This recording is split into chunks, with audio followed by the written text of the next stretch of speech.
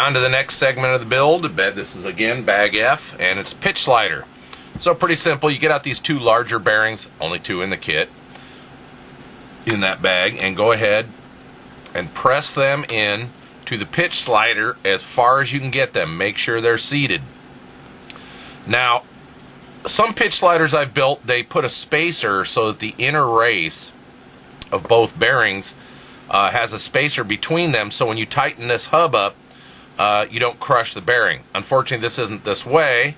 I'd like to see more people do that, but it's not a big deal. Okay, so the next thing is we want to make sure that I think you should take this part and pre-thread it, and please note the arm molding goes toward the tail hub, and so it should screw in this way. Now, what I did was I went ahead and pre-tapped mine first before putting the assembly together. This allows you to make sure you get it straight. If you pre-tap this crooked and put it on crooked, you're going to have a problem. So it's important you get this pre-tapped straight. Okay, the brass bushing has flat spots, so you can get a wrench on there and hold it. Alright, basically what you're going to do is insert this. Now, real quick, need to make sure. Yeah, okay.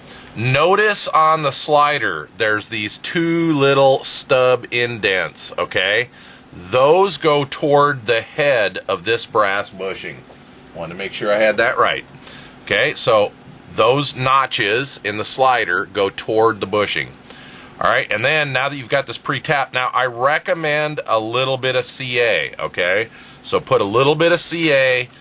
What I do is put it in the plastic as a little bit of Loctite. I noticed after this was pre-threaded that it's not like it wasn't tight enough, but I recommend a little CA. Do not slop this up and get CA in the bearing.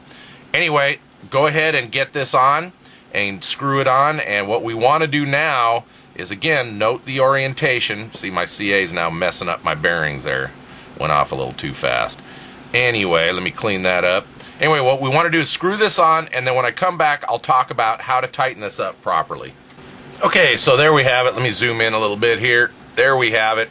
Now, what you want to do is put a wrench on here, tighten this up, and you do want to slightly over-tighten it. This makes sure that it pulls the bearings into the pitch slider and seats them all the way. All right, and you want to tighten it up till you just start to feel the bearings get notchy. Okay, then you're going to back it off a little bit until they're no longer notchy and you're smooth. Okay, you can over-tighten this, causing those inner races of the bearing to get pressed to where they are a notchy feel. And then what you want to do is back off a little bit. So actually I'm going to tighten up a little bit. I think I can go a little bit more. Now I'm starting to get some notchiness. I'm going to back off just a hair. This is kind of like the front wheel on a car. If you've ever set that up, you can over tighten those bearings and make them notchy. Anyway, so I had previously said to use some CA before threading it on. Again, pre-tapped the plastic piece. Make sure that it looks like this. These two holders are on the outside here, not pointed toward the slider, and make sure that's right. Anyway, I previously said put some CA in there. There's enough thread that sticks out that you can just take some thin at this point and put a little bit around here, and then that will, darn it, I think my bottle's, be careful, don't get it in the bearings. You just need a drop around here, there we go, that will close the threads off and make sure that doesn't back off. Okay, so slider done, let's continue on. Okay, next piece of the slider, let me zoom in a little, is to put the fork arms on, or fork links. Now, there is a way these go, and I'll talk about that in a minute, but also the way these pins work is they are a press fit. This is some small stuff. They're a press fit into the slider yoke, okay? But on these, they should be smooth. So test fit your pin and make sure they're smooth. See, this one, it's nice and smooth on there. Link falls on its own. But on this side, it's a little tight. So I'm going to take a little small rat tail file and, oops, get the rat tail, not the triangle one, and just clean that out. Plastic molding does give some flashing. Okay, so it's possible to get some flashing to bind up your pins. Also, make sure there's no flashing in the yoke here, because when these go on here, they need to be smooth, okay? So make sure they fit this relatively smooth and not too tight and bindy. Okay, if there are, go ahead and either use a file or just clean off any flashing. In the end, what we want is this pin to move freely in these holes, okay, and before we assemble it. All right, that one's still a little bit tight. Okay, again, the way this works is the pin presses into the yoke on the slider, not into these arms. Okay, so make sure they're free now or you'll be tearing it apart later. There we go. Okay, nice and free. All right, so now there is an orientation these go. This is what's called a leading edge blade grip control, meaning that, let me find that blade here real quick, that when the tail blade goes on here, this arm's going to be oriented with the leading edge. So we need to make sure when we build this that these links these links do have a direction, okay? That these links, when the grip goes on, will be the right way. So since this is leading edge control, and here's our tail, if you look at these links, let me get here so it's in focus, there's a number, one has a number, yeah. There's a number on it here, number 1. You'll also notice the diameter of the hole is smaller than on this side, and this side with the larger diameter actually has a flange around the hole. Okay, the ball goes in this way, not the side with the number.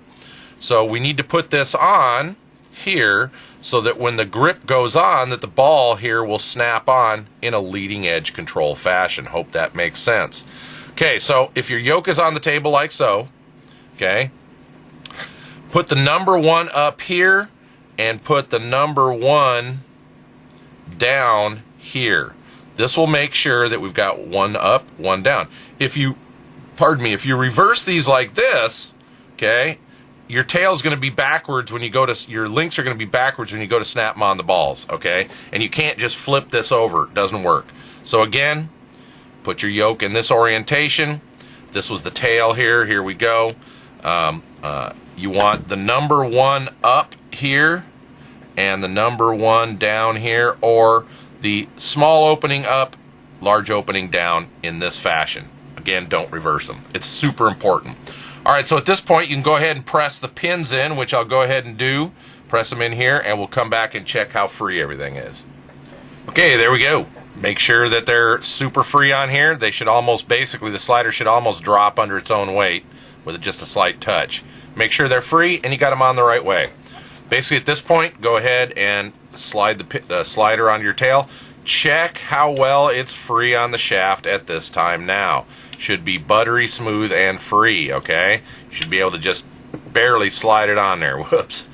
All right.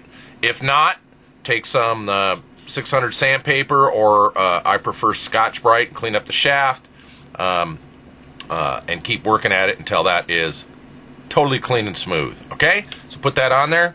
When we come back, we'll start building the tail hub. Okay, next up is pitch slider control. So get out 2 of the needed bearings. The longer spacer, again, the one that fits on a screw. Okay, clean it up with some 600 sandpaper so that it actually can go in the bearings without having a problem. Okay, I had to clean mine up.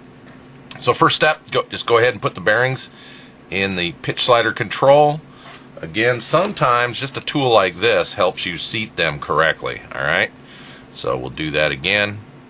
Okay, other side, and that helps you get them seated correctly and snapped in. Okay, insert the tube, and like I said, if you don't have this cleaned up and it doesn't go in freely, mine's not, I'm going to have to do a little more sanding. What we don't want to do is hammer on these bearings, okay? Actually, hold on, I might have it here. I might have cleaned it up enough. Yeah, I'm going to have to take that out and sand it a little bit more so it isn't so forceful going in the bearings. But anyway, let's get that in. We'll come back and continue on. Okay, so we got the bearings in, we got the sleeve in. Make sure you got a little bit of sleeve on each side. If it fit tight, don't have it so it's flush on one and the other, because it didn't get a center. So there should be just a little bit of sleeve on one side versus the other. All right, next thing is, let's go ahead and put our ball on. Now the ball goes in relation to this slider on the bottom like this. Again, I'd use a little CA. I'd tap it, take it out, little CA, tap it. Same thing with these 2 screws here. These 2 short screws, you'll notice, have no thread on the very end of them. They're the slider follower. So same kind of thing. I notice he's going a little loose. I'd use a little C. I'd tap them, take them out, little CA, put them back in. Let's go ahead and get those parts on, and we'll continue on. Okay, next part is pretty straightforward. Let's make sure we get the orientations right. The ball link will go toward the bottom of the tail, okay? And we need to get the pitch slider, this groove in the slider, into those two screws with no threads on the end, and get that inside of there so that when we're all done we can control our pitch slider. Okay, at this point you're going to put a nut through, and let me just check, they want the bolt to go through the top. Okay, make sure everything's lined up. Get your nut on. It's a self-locking nut, so no Loctite needed. And then let's tighten this up, but make sure that we don't tighten it up. Pardon me, this improper use of a tool. I didn't have one handy, didn't want to waste video. So let's tighten it up and make sure that we don't tighten it up too much that our slider's bindy, okay? But we also don't want this wobbling in the fork. Looks like I could do a little bit more, okay? And when you're done, you should be silky smooth on the pitch slider. If not, whoops, went too far. Over travel there, get it back on the grooves. There we go. And make sure this is all silky smooth. If not, find out why. Make sure it's not the pivot point here. Make sure it's not the slider on the rod, you know, things like that. So it should be silky, buttery smooth, okay? If it's not, do that before we go on and mount the tail hub. Okay, next up is to assemble the blade grips. So first part of that is putting the balls on the grips. Now I noticed what I like to do is usually put them in, pre-tap the hole, and I noticed they went in rather easily, so I for sure would put a drop of CA into the hole, pre-tap them, take it out, drop a CA, put them in, get them tight. Okay, let's get the balls on, we'll come back and continue on. Okay, next is building the tail blade grips and getting them on the hub. So get your hub out. Get 4 of the remaining bearings. We still have 2 left, but they're for another purpose. But these are going to be the 4mm wide bearings. And pretty simple, just I would preload 2 on a screw, okay, and then feed it into the grip.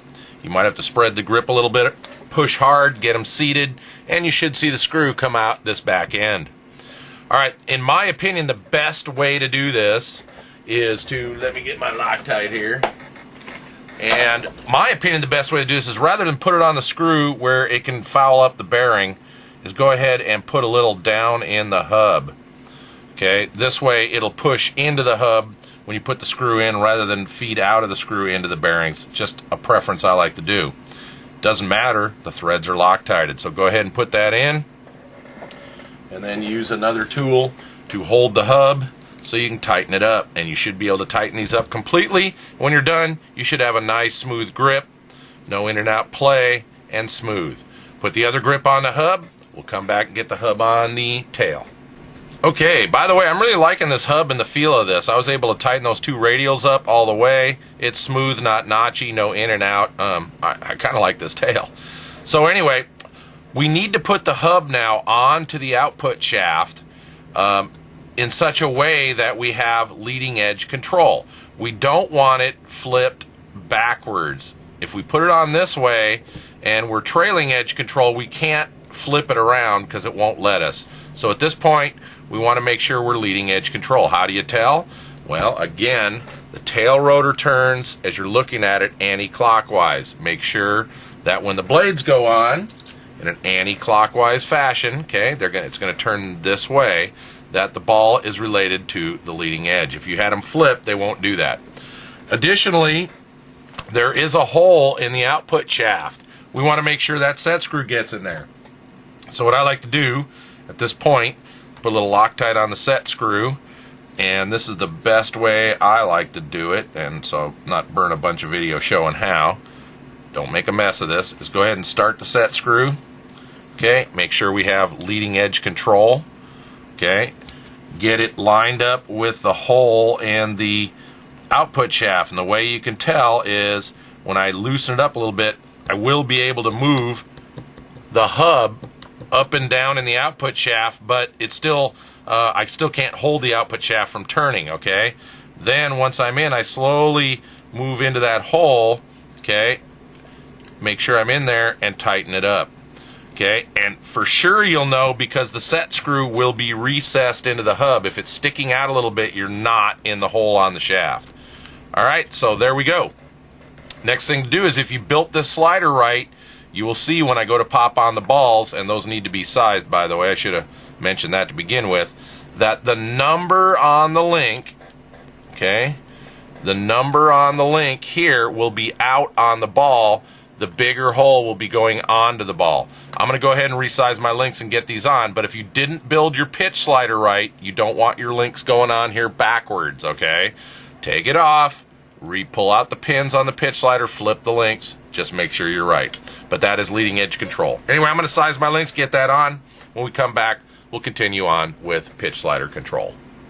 Okay, so pretty much tail done. At this point, check that you're smooth. It should be smooth now. All my dragginess was in the links. I had to use the ball length sizer on those links. They were extremely tight, but don't go too much that you have slop on the ball. Anyway, now I'm super smooth. Okay, last piece of bag F is the blade, grips, and nuts. Pretty straightforward. Go ahead and, again, this tail turns in a anti-clockwise, blades going up into the downwash of the main rotor. Okay, if all of this back, leading edge control. If you've got anything backwards here, now's the time to fix it. Anyway, the nut should go on the back toward the tail case with the bolts going through. Now, actually, these are the stock blades, and they seem actually pretty good. I probably should fly with them, but K&B sent me some new blades that will fit the Protos for the K&B blades, and I'm a K&B blade lover. It's got their new root thickness and fitsy, so I'm going to use these as my first flight. So anyway, that's what I'm going to put on. But, you know, actually these blades do look pretty good. So I'd go ahead and use them if you don't have K&Bs or CFs or whatever you want to use. But this is what I'm going to use. And again, let's make sure we got rotation right, and we're good to go. That finishes the tail build bag F.